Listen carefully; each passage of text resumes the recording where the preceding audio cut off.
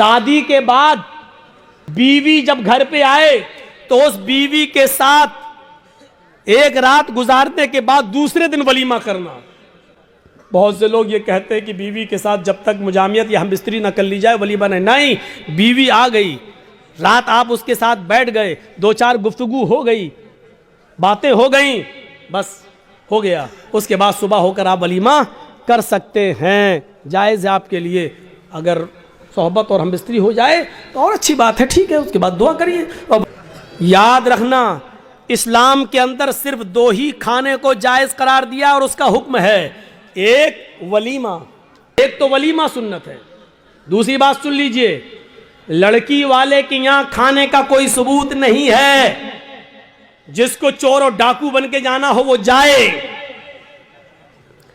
لڑکی والے کو نہ کھلانے کا حکم ہے, نہ لڑکی والے کے یہاں زبردستی بیٹھ کر کھانے کا حکم ہے, نہ شریعت نے لڑکی والے کو کھلانے کا مکلف بنایا ہے. ولیمے کو سنت کہا ہے. ایک صحابی اللہ کے نبی کے پاس آئے, آپ نے دیکھا ان کے کپڑوں پر کچھ پیلا پن ہے, جعفران لگی ہوئی ہے, خوشبو آ رہی ہے. آپ نے کہا یہ کیا؟ کہا اللہ کے نبی شادی کر لی. کہا اچھا, سیبہ سے یا باکرہ سے, کنواری یا شادی شدہ تھی, طلاق شدہ؟ کہا اللہ کے نبی باکرہ تو نہیں ہے, کنواری, لیکن ہاں ایک بیوہ سے شادی کی جس کا شوہر انتقال ہو چکا. ایسا کیوں کیا؟ کنواری سے شادی کرتے. کہا اللہ کے نبی میرے ماں باپ کا انتقال ہو چکا ہے اور وہ اس دنیا میں نہیں ہیں, میری چھوٹی چھوٹی بہنیں ہیں, میری چھوٹی چھوٹی بہنیں ہیں. میں نے سوچا کہ ایک ایسی عورت سے نکاح کروں جس کو بچے پالنے کی مہارت ہو, تجربہ ہو, تاکہ وہ میری بہنوں کی اچھی تربیت کر سکے. اس مقصد سے میں نے شادی کی. آپ نے کہا اچھا کوئی بات نہیں, ولیمہ کیا؟ کہا نہیں. آپ نے کہا ولیمہ کرو, دیکھیے حکم ہے, اولم ولو بشاتن, ولیمہ کرو, اگر زیادہ طاقت نہیں تو ایک بکری ہی کا کرو, لیکن کرو.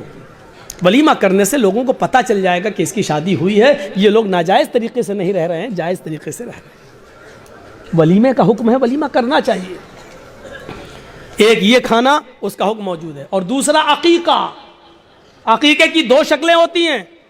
دو شکلیں یہ ہیں کہ 7ویں دن جب آپ بچے کا عقیقہ کریں تو محلے کے لوگوں کو آپ بلا کر اپنے گھر کھلا بھی سکتے ہیں, لیکن محلے والوں کو بلانے کے ساتھ ساتھ غریبوں کا خیال رکھا جائے. ایسا نہ ہو کہ صرف امیر آئیں اور غریبوں کو نظر انداز کر دیا جائے, کیونکہ غریبوں کا حق زیادہ ہے اس میں. غریب و مسکین ڈھونڈے جائیں, کون ہے ضرورت مند, ان کی دعوت دی جائے. ایک تو یہ طریقہ ہے. اور دوسرا طریقہ عقیقے کا یہ ہے کہ اگر آپ سب کو بلا کر اپنے گھر نہیں کھلانا چاہتے ہیں تو اگر لڑکی ہے تو ایک بکری, لڑکا ہے تو 2 جانور ذبح کر کے اس کا گوشت غریبوں مسکینوں میں اور محلے کے لوگوں میں تقسیم کر دیا جائے, تب بھی آپ کا عقیقہ ہو جائے گا. اپنے گھر کھلا بھی سکتے ہیں. یہ ایک عقیقہ.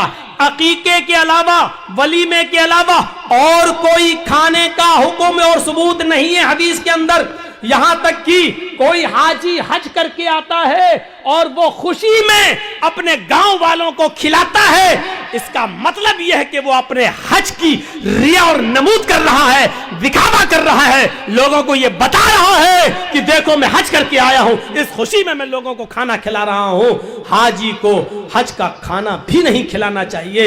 اگر ایسی عبادتوں پر کھانا کھلانا جائز ہوتا تو پھر نمازی کو نماز پڑھ کے آنے کے بعد بھی کھلانا جائز ہوتا. پھر عید کی نماز پڑھ کر بھی کسی کو دعوت دے تو اس کی دعوت بھی جائز ہوتی. میرے بھائیوں, کیونکہ یہ عبادت ہے اور پھر عبادت پر پھر ایک عام رسم بن جائے گی. پھر زکات دینے والا زکات دینے کی خوشی میں کھلائے گا, لو آج ہم نے 30 زکات دی. پھر رمضان کا روزہ رکھنے کے بعد 30 روزے پورے ہونے کے بعد پھر لوگ کی دعوت دے, میں نے 30 روزے رکھ لیے. لو, حج بھی ایک عبادت ہے. جب ان عبادتوں پر آپ کسی کو کھانا نہیں کھلاتے ہیں تو حج پر بھی آپ کسی کو کھانا نہیں کھلا سکتے. جب حج جیسی عبادت پر کھانا نہیں کھلا سکتے تو پھر ختنے کا کھانا کیسے جائز ہو سکتا ہے؟ میرے پیارے ساتھیوں, ختنے کا کھانا جائز نہیں ہے, نہ ختنے کی دعوت جائز ہے. ہاں, اگر عقیقے والے دن ہی آپ بچے کا ختنہ کر رہے ہیں تو لوگوں کو عقیقے کی دعوت دیجئے, ختنے کی دعوت مت دیجئے. اور یہ کہیے کہ ہمارے یہاں عقیقہ ہو رہا ہے, عقیقے کا کھانا کھائیے, اور میں ختنے کا نہیں. ختنے کی اگر کوئی دعوت دیتا ہے تو آپ اس دعوت کو ریجیکٹ کریے اور اس ختنے کی دعوت میں آپ بچ جائیے, کیونکہ ختنے کی دعوت میں شرکت کرنا جائز نہیں ہے.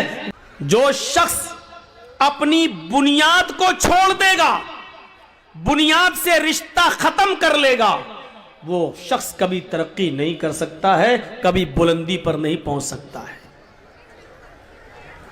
کبھی آپ نے آم کے پیڑ کے اندر آم کو لٹکتا ہوا دیکھا ہے؟ آپ کی بستی میں آم کے گاچھ بہت ہوں گے، آم کے پیڑ بہت ہوں گے، آپ نے دیکھا ہوگا کہ آم کے سیزن میں اس میں آم لگے ہوئے ہیں۔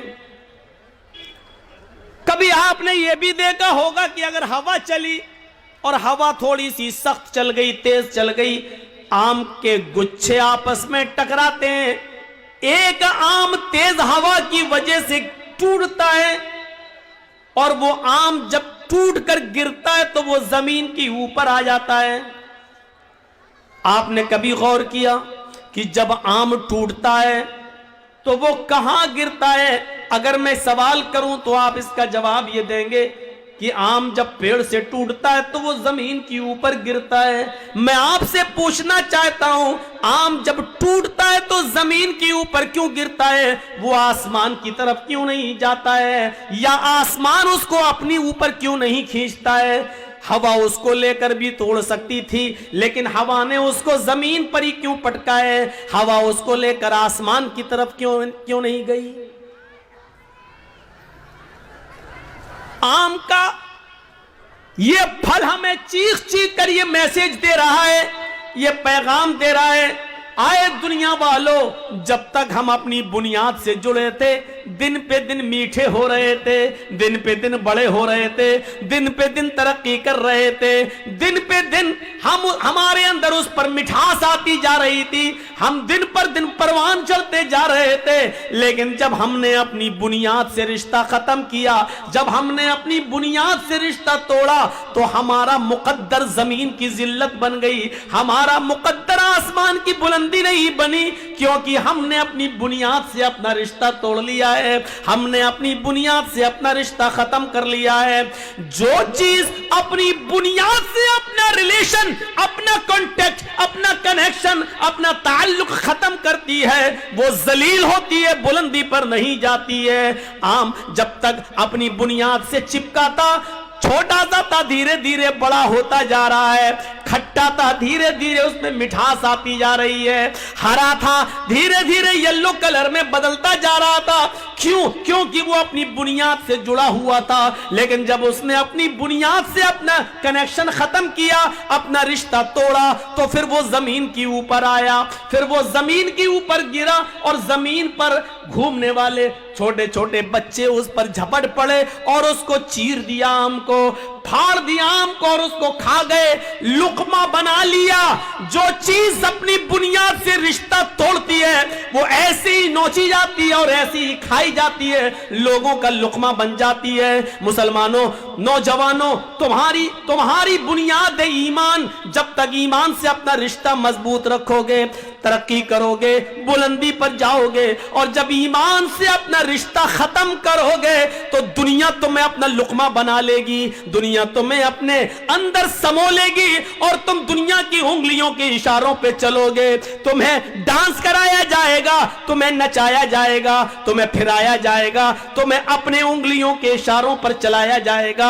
اس لیے تمہیں چلنا پڑے گا، کیونکہ تم نے اپنی بنیاد سے اپنا رشتہ ختم کر لیا ہے، تم نے اپنی بنیاد سے اپنا رشتہ توڑ لیا ہے۔ اگر چاہتے ہو ترقی کریں، اگر چاہتے ہو کہ بلندی پر جائیں، اگر چاہتے ہو کہ حکومت ملے، سرداری ملے، تو تمہیں ایمان کے ساتھ اپنا رشتہ مضبوط کرنا ہوگا، اپنی بنیاد کے ساتھ اپنا تعلق جوڑنا ہوگا۔ جب تک کہ کوئی قوم اپنی حالت کو خود بدلنے کی فکر نہیں کرتی ہے، پہلے ہمیں چینج ہونا پڑے گا، پہلے ہمیں بدلنا پڑے گا۔